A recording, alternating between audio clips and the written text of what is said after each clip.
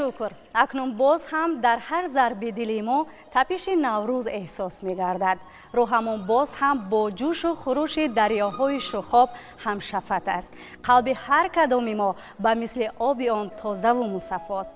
بله، نظم و ترتیب طبیعت بر روانمون کار کرده.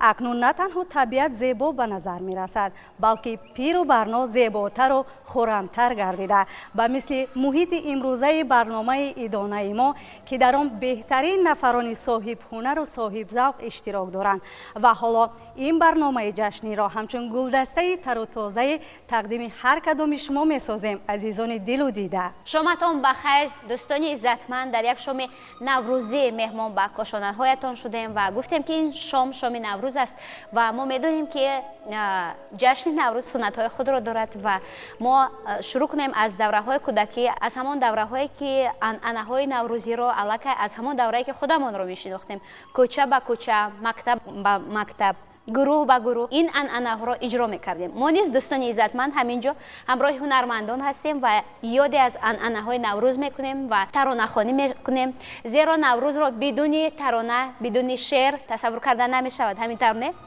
در ابتدا ما میخواهیم از یک ترانه خیلی زیبا، از ترانه سمنک شروع کنیم.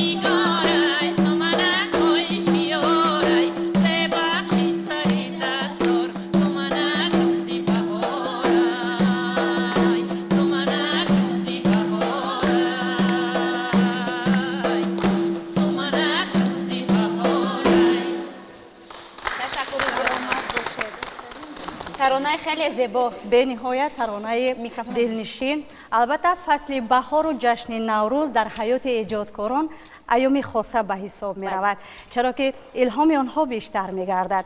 رسامان را از پی تصویرهای نازکی های طبیعت می بینیم، شاعران را از پی نوشتن شعر نوبتی و نهایت حافظان و بسته‌کاران را از پی آفریدن سرود دیگر که سرشار مهر و محبت است.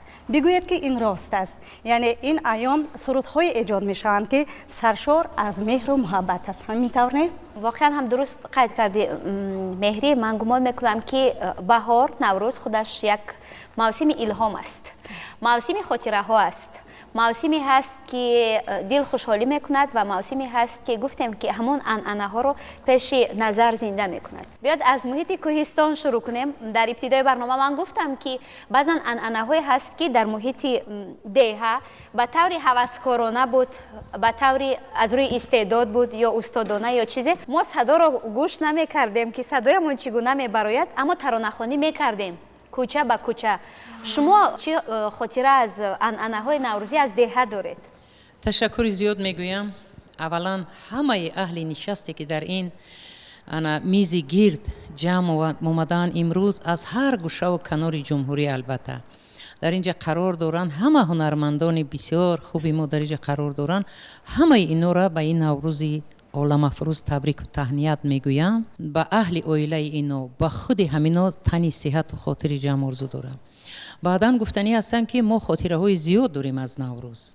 من که در دیه به وایه رسیدم، دیه یخچی آوازدار ناحیه نورآباد امروزه، سابق کم سمل آباد، جشن نوروز در همون دوره های سالهای پیشین جا جا جشن گرفته می شد. نه همه، به طرز پنهانی گاه پیشواز می گرفتن نوروزه، و مادران ما بیبی‌های ما هر چیزی که جمع می آوردن از تیر ماه تا به نوروز همون چیزهای بهترین خوراک‌های با لذت و نمیدونم پخت و پزهایی که میکردن، همون تخم‌های و همه چیز جمع می آوردن برای روز نوروز. میرفتیم گلچینی میکردیم، در همونجا خوراک میخوردیم، رقص میکردن، سرود میخوندن. البته سالهای پیشین بدف سرود میخوندن کمپیروی ما و نفرش بود که با همون ریتمی تازه زنانه رقص میکرد. یعنی که نوروز از همون سالهای پیشین خیلی خوب مادرهای ما جشن میگرفتن. شما چه گروهی ترانه میخوندید همون سال؟ البته اکو من خورد بودم، من پشتی ویو آرزو میکنم که روزی شود یک سرودک خوانده توانسته باشم. چون که زنهای دهه ما همش دکتر نواز بودن، همش دایره یعنی دف می نواختند و همون ریتمی تازه کوهستانی رو در همون ضرب چه خیلی می رقصیدن. باور کنید همون میدانی رقصی که همون صحرایی که ما می رفتیم لوی دریا بود، یک عجایبات گلگل شکفان میشد از همون رقص زیبایی زنهای ما، از همون دف نوازی ها و از همون رقصاشون. این چیزا خیلی خاطرمان است برای من تا به امروز آمده است. چگونه سرودها معمول بودن؟ در اونجا هر نفر مثلا ربایی خوانی میکردن.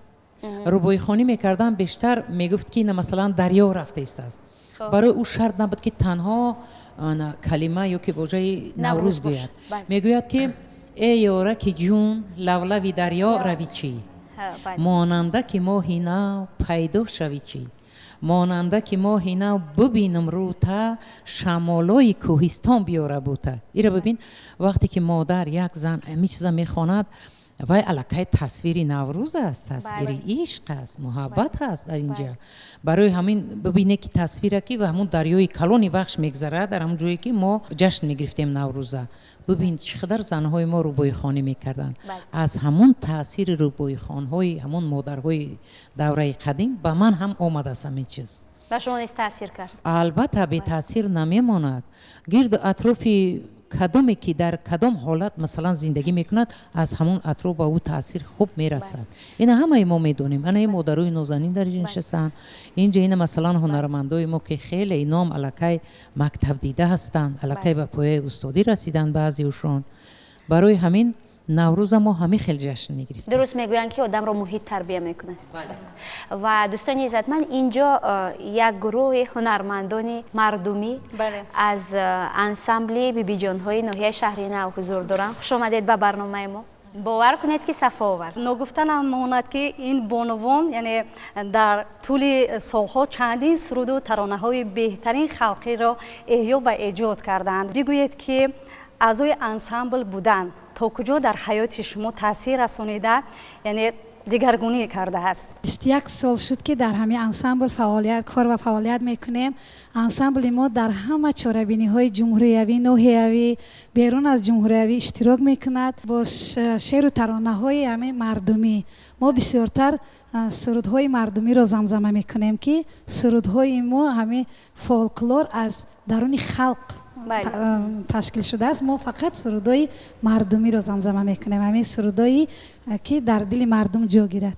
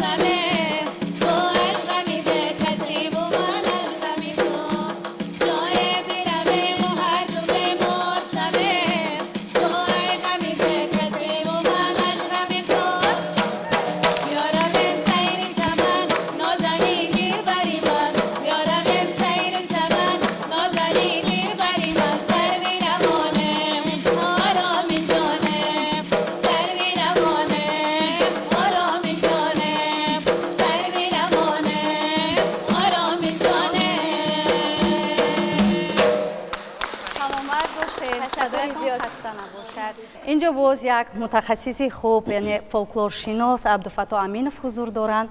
خب سوال ما همین است که خب تمامی عنعنه و رسم و رسومی که در ایام جشن ها اجرا کرده می شوند تا کدام اندازه یعنی ذوق و سلیقه مردم رو تربیت کرده می تواند، تا کدام اندازه در خودشناسی ملی تاثیرگذار است؟ خب تشکر زیاد. سراول تمام بانوانی که گرد این میز جمع اومدند و در سیمای شما با یک خاندان شما و همزمان با تمام مردم شریف تاجیک جشن نوروزی خجست‌تپه که امروز عنوان نوروزی بین المللی را گرفته است تبریک و تهنیت میگویم و تمنا میکنم که خاندان یک شما مثل خانی پرفیضی نوروزی همیشه پرفیض باشد و اینجا بسیار همه چیزی که اینجا آغاز می شود رمزی است و ببینید که شروع از سرودی که اپای مورخسار خواندند این خودش هم رمزی بود چون که بهار از آغاز از سوملک پزی آغاز می‌گردد و دیگر اینکه سرجمی و اتفاقی و همزمان همون در شکل عمومی ترانه‌خوانی در فولکلور تاجیک محققان معین کردند که از دایره و گروه زنها سرجم شد چون که زنها در همه مراسم‌ها چی در نوروز چی در دیگر جشن مراسم‌ها همیشه کوشش می‌کردند که یک جای باشند و یک نفر سربیت خوان بود و دیگران نقارات رو یک جا به او می‌خواندند مثل که امروز حسن و تراوت زیاد این بانوان آوردند و دیگر اینکه اینجا انسامبل بیبی جان‌های نویا شهرنو سرودهای فولکلوری احیا می‌کنند احسان می‌گوییم و اگر نظر افکنده باشیم به عنوان هنرمند کسبی که اینجا می‌نشینند اینها هم شهرت و شهامتشون از آن زیادتر میان خلق است که بیشتر تکیه می‌کنند به متن‌های فولکلوری. البته سراینده امروز ما سراینده‌های کسبی به نهایت زیاد داشتیم و داریم ولی همه آنها محبوبیت پیدا نمی‌کنند میان خلق با اون خاطر که از درد دل خلق آگاه نیستند. یعنی وقتی که به متن‌های فولکلوری توجه می‌کنید او واقعا درد دل خلق است از اون خلق است خلق همون هنرمند رو قبول می‌کند که متن‌های بدیلش نزدیک رو می‌سراید و به همه اینا موفقیت می‌خواهیم و اینجا وقتی که درباره آیین و عنعنه‌های جشن نوروز می‌گوییم ببینید که در این خون هر یک چیزی که گذاشته شده است از تاریخ است و رمزی است. البته سرود سومنک خودش از ریشه کلمه سومن یعنی واژه سومن گرفته شده است که همین مایسه نوشکفته بهاری رو در نظر دارد و سوملک هم از همین چیز پخته می‌شود و دیگر اینکه اون انواعی که می‌بینیم شیر رمزی سفیدی است که هنوز از زمان قدیم ما بالای خان گذاشته میشه که باید که قلب مردم پاک باشد مانند یونه که عنعنه بانوان عنعنه قدیمی داشتن به مانند خانه شپانی و خانه تازه‌کنی که اونها کوشش می‌کردن خانه‌ها از هر گونه افلاسیات در سال نو پاک باشد و دیگر مثلا سیپند است که به خاطر فرشته ایزد نگهبانی تمام رسانه‌های گیاها که در فصل بهار میروید به اون خاطر گذاشته میشد. خوب سنجید هم یک رمز است. خوب هر چیزی که بالای این خون است رمزی برکت و فراوانی جشن نوروز است. برای نیست نشدن این همه آیین نیک برای از بین رفتن عنعنه‌های ملی چیکار باید کرد؟ سراول برای در قلب مردم جای کردن این رو دوست داشتن در کار. دوست داشتن با اون خاطر است که هر کس اگر گرامی داشتی عنعنه و رسوم نیاگان خویش رو در محیط اولیوی زنده کرده تواند اون عنعنه احیا می شود و اگر ما فقط سرسری به خاطر مثلا جای برای حسابات دادن جای به خاطر نمایش دادن اگر برگزار کردنی باشیم اون پای برجا نمی شود ولی از قدیم که ما جشن نوروز رو دوست می داشتیم ببینید در زمانهای قبلی که ما گفتیم پنهانی و روستی تجلیل میکردن ولی به هر صورت مردم این فرهنگ رو دوست می داشت عنعنه های خود رو احترام میکرد در هر گوشه و کنار جمهور با شکل‌های دیگر اون رو تجلیل میکردن امروز وقتی اون است که تبلیغ و تشویق این جشن نیاگان این جشن باستانی زیادتر کرده شود از جانب دانشمندان تحقیقات جنبه‌های ناآموخته شده آن باید که آموخته شود از جانب مثلا وسایل اخباری و بخصوص تلویزیون ها باید که تبلیغ و تشویق عنعنه هایی که از کوهستان من فکر می‌کنم که فرهنگ اصیل در داخل کوهستان تا امروز نهفته است باید که تبلیغ و تشویق عنعنه‌ها زیادتر ثبت شود و مردم نمایش داده شود و بهر رشد و نموی آینده اون البته ما جهت و تلاش کرده می‌توانیم. بله زیرا که این عنعنه‌ها زندگی واقعی ما هستند و ما در هر مرحله حیات همین عنعنه‌ها را سپری می‌کنیم شروع کنیم از همون دوره‌های کودکی که مثلا گل سیاه‌گوشت می‌گرفتیم و یک شعر هم داشت در همون دوره که گل سیاه‌گوشت هفت رنگ است خوراک کبک دلتنگش همیشه در جنگ است با نام مبارک بود. بله حالا که همه گل دختران جمع آمدیم و من میخواهم که یک ترانه خیلی زیبا است که اون ترانه مردمی شده است گل دختران تاجیک بیاد این ترانه رو بخونیم.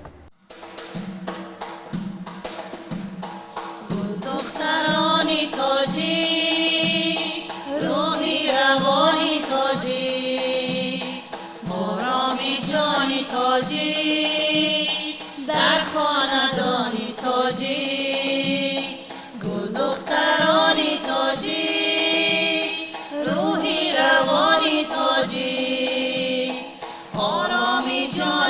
تاجی در خاندانی تاجی دل باز و نازنینه ممتاز و محجبینه گل خنده زمینه در بوستانی تاجی دل باز و نازنینه ممتاز و محجبینه گل خنده زمینه در بوستانی تاجی گل دخترانی تاجی روحی روانی تاجی آرامی جانی تاجی در خاندانی تاجی گل دخترانی تاجی روحی روانی تاجی آرامی جانی تاجی در خاندانی تاجی در خاندانی تاجی در خاندانی تاجی این هم یک ترانه تاریخی است. این ترانه رو مراتب اول کی سراییده بود؟ کدام گروه؟ زمانی که ما خردسال بودیم این سرود بسیار معمول بود بله. و پیوسته از طریق رادیو و از شبکه‌های تلویزیونی بسیار نمایش داده میشد و اون وقتها استادان هنر، استادانی که زمان شهرتمند بودند، امروز هم هستند. نقره رحمت و میخواند، الفتما محمدانبرова و میسره دلدارова. بله.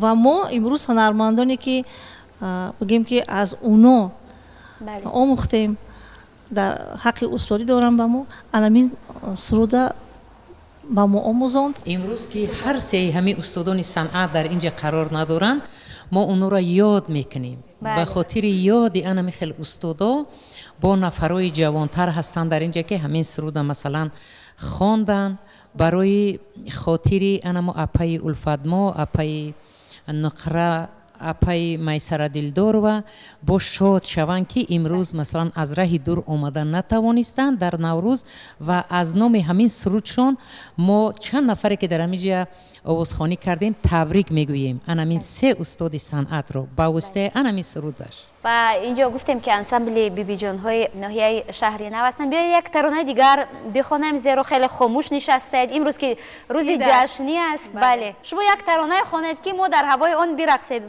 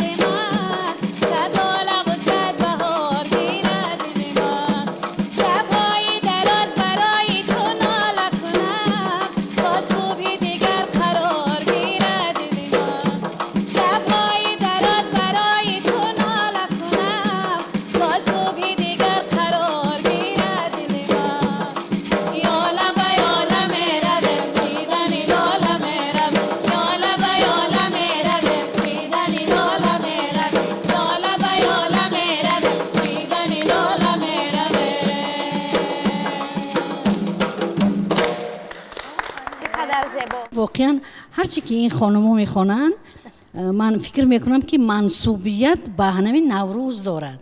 بله.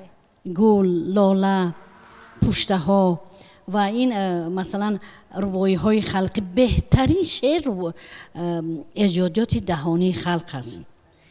وقتی که ما روایات خلقی را این حاضر شما چند تا روایی خلقی خوندید، در اونجا وزن و ایران نیست. اون را شاعر ننوشته است، اون بابای من نوشته است، بی شما نوشته است. یعنی که خلق ایجاد کرده و چقدر شما عاشقانه، صمیمانه.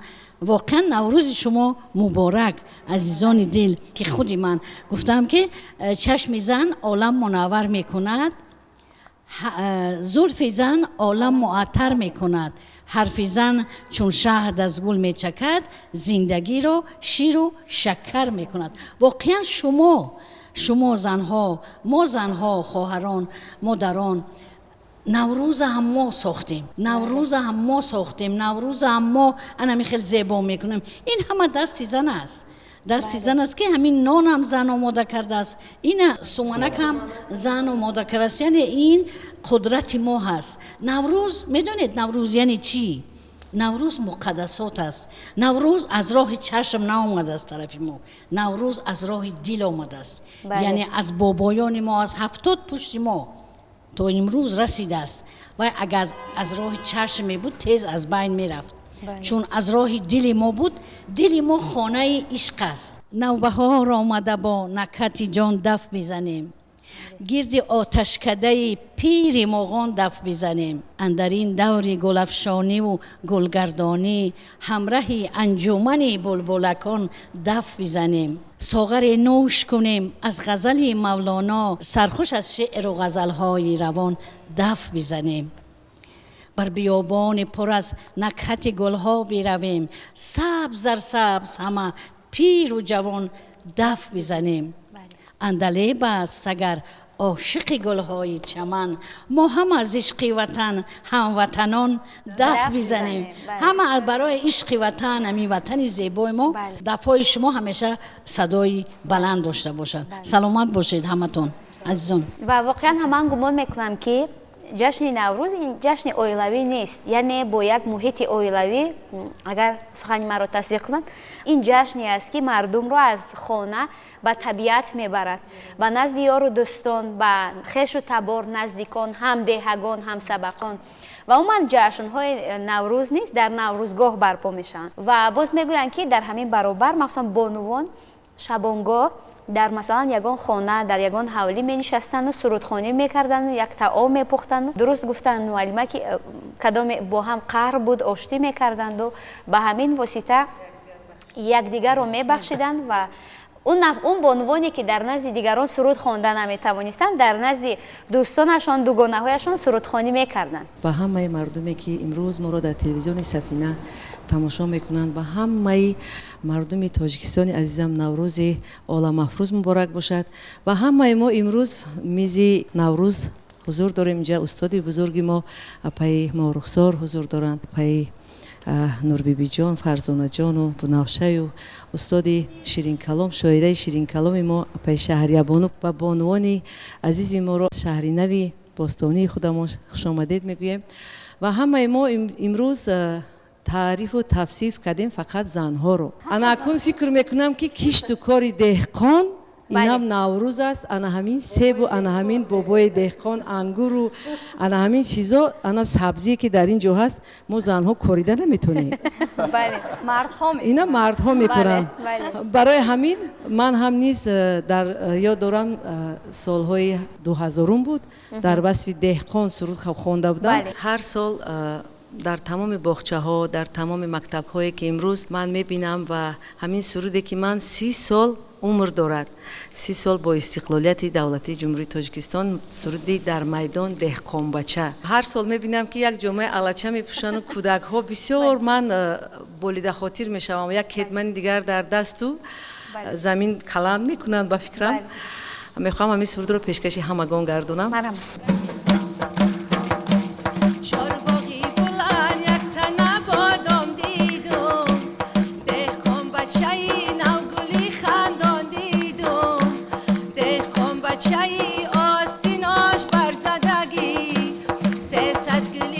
عاشقی را پیچان دیدم، حس صد گلی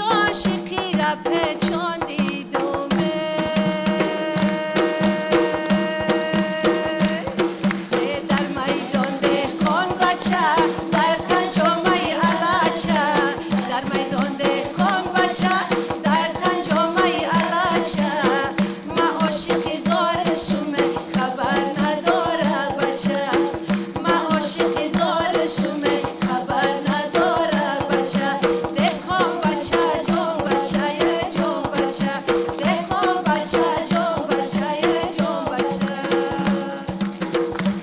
دهقان بچه ای غماد ما سوختم روی مالکی گل دوزی بنام دوختم ای ما تو مرا در غماد مسوزم جامعه شهی برای تو مدوزم جامعه شهی برای تو مدوزم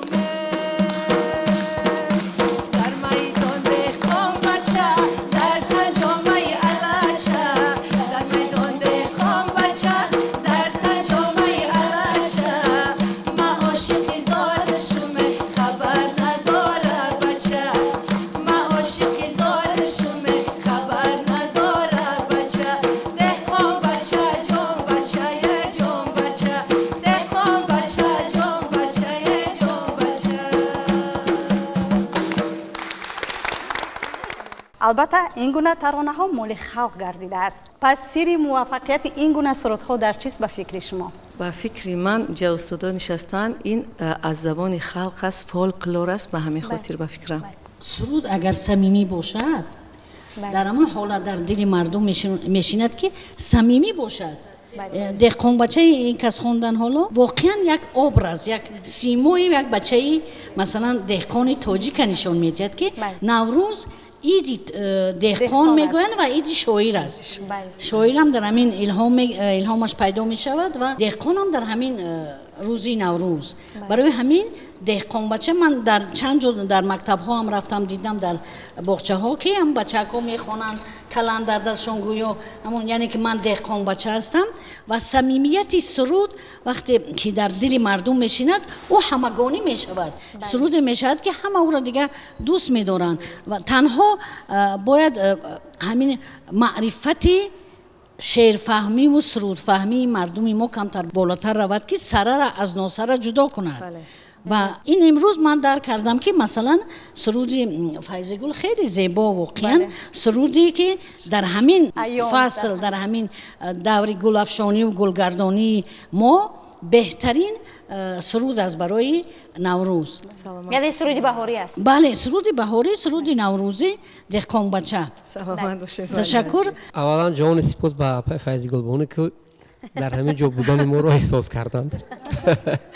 بسیار خوب گفتن. و دیگر اینکه وقتی سخن درباره سرود دهقان بچه می رود ببینید امروز در باغچه بچگان یا در مکتب های میونه وقتی سرود دهقان بچه را میخونند شاید فیض گل یوسف را نشناسند، ولی شعر رو میدونند، سرود رو همه از یاد میدونند. این معنی رو دارد که در اول همین ایجاد کنندگان ترانه های خلقی یک نفر است، ولی وقتی که از دهان به دهان میگذرد واقعا خلقی می شود. و فیض گلبانو توانستند که یک سرود خوانند که مال خلق شود. و امروز احترام دارند، صمیمیت دارد این سرود در میان خلق و در دل خود نوروزی ها حتما که سرود دهقان بچه صدا میدهد و یک دهقان بچه روی صحنه میرد، چی در مکتب است، چی در دانشگاه است، چی در باغچه های بچگان است. و همین سیمای دهقان این رمزی است، چون متنوی فولکلوری است ما گفتیم رمزی است. دهقان پیر دهقان حضرت بابای آدم است. یعنی نخستین انسانی که گندم رو کشت کرد پیر دهقان است، بابای دهقان است. و همین رمزی حتما در نمایشگاه‌های نوروزی هنوز از زمان‌های قدیم روی صحنه می آوردند. این مرد دهقان اونجا مثل من بود، چون که گفتم در اینجا است.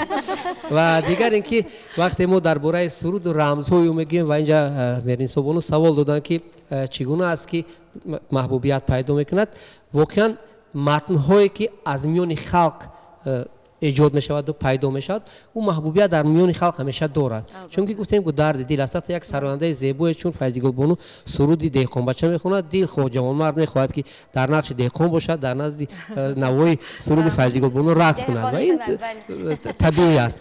و دیگر اینکه اینجا اپای شهریابونو شاعرای بسیار شیرین کلام ما در وصف زنان گفتند که نوروز جشن زنان است، احیا کننده نوروز زنان هستند. درست هم میگن اینجا رشک ندارم، من قبول میکنم. به کدام خاطر؟ به خاطر که هنوز از زمان قدیم نیاگان ما، گذشتگان ما فصل ها رو حتی به جنسیت تقسیم کرده بودند. یعنی زمستان چون اونجا برف میبارد، باران میبارد، در گذشته تنها دو فصل داشتیم، زمستان و بهار. یعنی تابستان و اینا هر دوش در بهار داخل میشد، زمستان و تیرمو در فصل زمستان. یعنی از سبب که خصوصیت باردار کنی داشتند و غذا میدادند به زمین، همین فصلی نرینه بودند و فصل بهار این به جنس زن تعلق داشت و این فصل شماست، باید که شما زیبا کنید چون تولید کننده هستید، احیا کننده نسل بشر هستید. بار دیگر مبارک باشد، بگذار همیشه شکوفان باشید. تشکر. و دوستان عزیزمند، واقعا هم هر یک شما رو ما به همین سنه به روزهای جشنی نوروز خجسته تبریک و تهنیت میگوییم و بگذار که همه روزهای شما مثل همین روز باشد، مثل خانه نوروزی ما. بگذار که همیشه در خاندان شما همین گونه ترانه های دلنشین، ترانه هایی که شادی و محبت ما رو انعکاس میکنند تنین انداز باشند. و حالا در این طرفی من در نزدیکی مهرنیسا یک نفر هنرمند دیگر نشستن که با مردم خیلی زیاد هستند، در نوروزی ها هستند، نور بیبی جورایوا هستند. بیاید یک ترانه خوانیم، یک ترانه بازم مردمی. عید نوروز برای هر یک شما هم کسبان عزیز، مادران عزیز مبارک باشد. در این عید آرزو دارم که همیشه صحتمند، سلامت، با ترانه های زیبای خود همیشه در نزد مخلصان خود، در نزد انمین مادران عزیز همیشه سرایده باشید و عید نوروز برای هر یک شما مبارک شود. من هم یک سرودی عشقی گویم خطانه میکنیم برای شما، برای همه بینندگان تلویزیون سفینه. مبارک شود.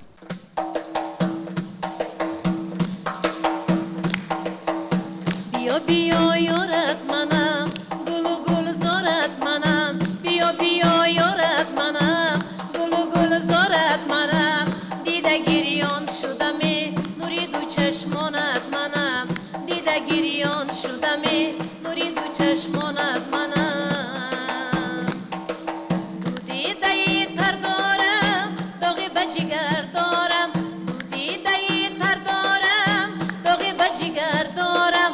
اما به هزار امید سوی تو نظر دارم، سوی تو نظر دارم. اما به هزار امید سوی تو نظر دارم، سوی تو نظر دارم. ای بیا بیا یارت منم، گل و گل زارت منم. بیا بیا یارت منم، گل و گل زارت منم. دیده گریان شدمی نوری دو چشمانت منم. دیده گریان شدمی نوری دو چشمانت منم. دیده گریان شدمی نوری دو چشمانت منم. سلامت باشید. خیلی زیبا. در هوای همین ترانه بازم قلبی ما مایل کرد که یک ترانه دیگر بشنویم. یک ترانه دیگر دارن اپای ما رخسار یادت کردم. درست میگویم؟ یادت کردم. وصف عشق است، وصف زیبایی است.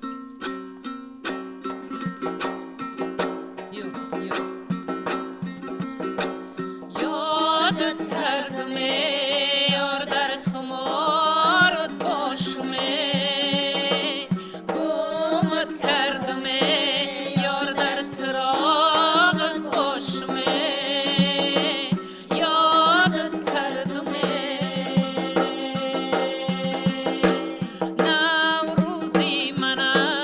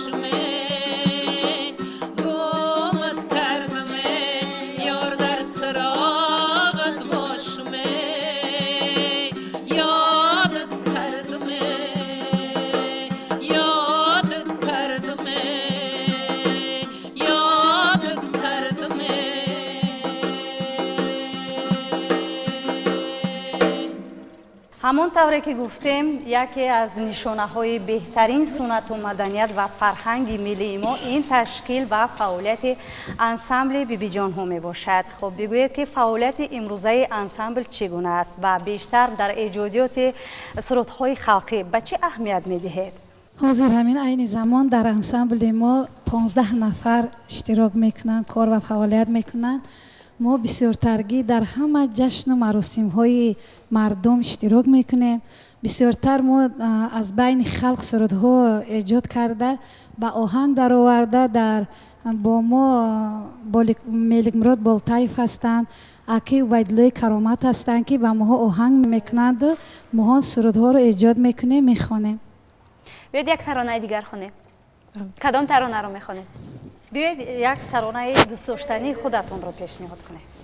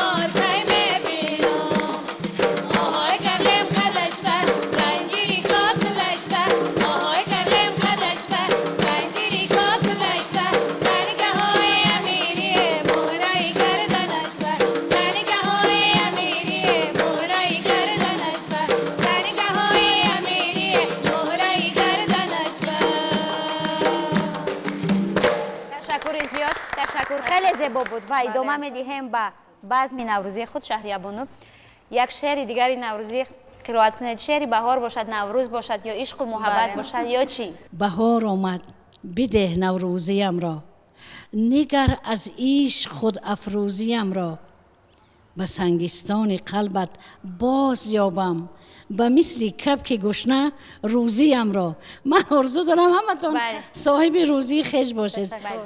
نوروز و نوبهارتون مبارک باشد. به شما نیز مبارک باشد. و تشکر زیاد. و همینجا در صحبت ما بازم یک نفر هنرمند خیلی جوان هستند. فرزانه بانو از انسمبل فلک کمیته تلویزیون و رادیو نزد حکومت جمهوری تاجیکستان برای ما چی تحفه نوروزی آوردید؟ اولا مردم تاجیکستان را به عید بهار، عید نوروز تبریک میگویم. بگذار اولا تنشان صحت باشد، در خاندان هر یکی آنها دائما خنده و ویدا باشد، مثل همین گل‌هایی که در بهار میشکفند. بگذار همه آنها در همین بهار مثل گل‌ها شکوفان باشند.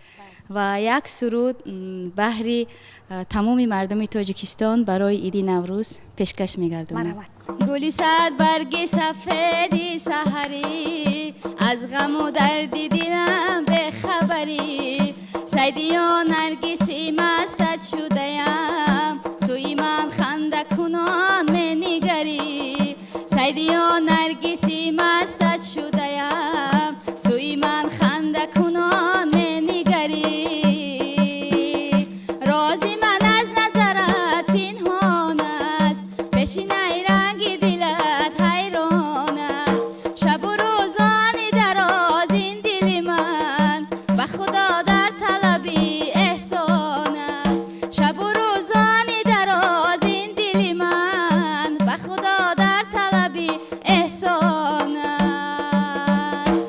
گلی صد برگی سفیدی سحری از غم و درد دلم بخبری سیدیا نرگسی مستت شده‌ام سوی من خنده کنان می نگری سیدیا نرگسی مستت شده‌ام سوی من خنده کنان می نگری گلی صد برگی سفیدی سحری.